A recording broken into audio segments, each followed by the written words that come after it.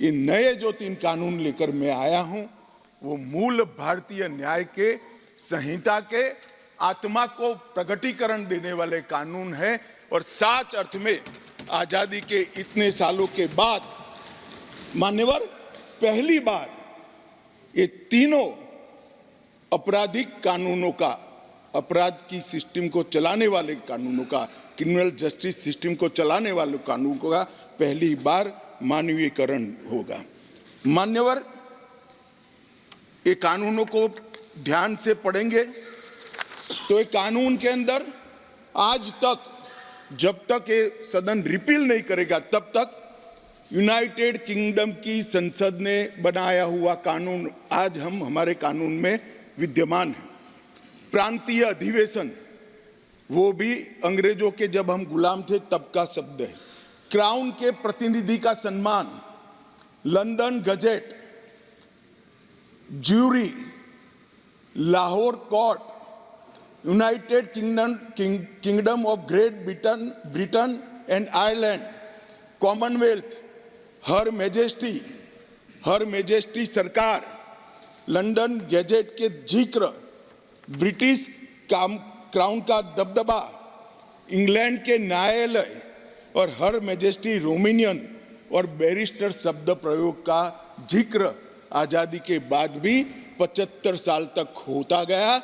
मोदी जी के इस इनिशिएटिव ने हमारे तीनों कानून को एक गुलामी की मानसिकता और उसके चिन्हों से मुक्त कराया। मान्यवर ये कानून जो बनाए थे, ढेर सारे लोगों ने कहा, कुछ सांसद मुझे पर्सनली भी मिले, वो समझ ही नहीं पाते थे कि फर्क क्या कर रहे हो।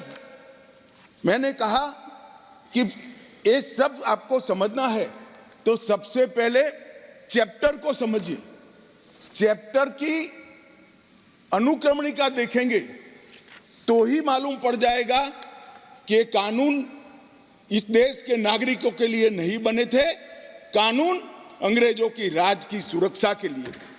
मान्यवर अभी जो कानून हम रिपील करने जा रहे हैं वो कानून में मानव वध और किसी महिला के साथ अत्याचार, उसके पहले सरकारी खजाने को लूटने की सजा, रेलवे की पटरी उखाड़ने की सजा और ब्रिटिश ताज के अपमान की सजा को रखा गया था।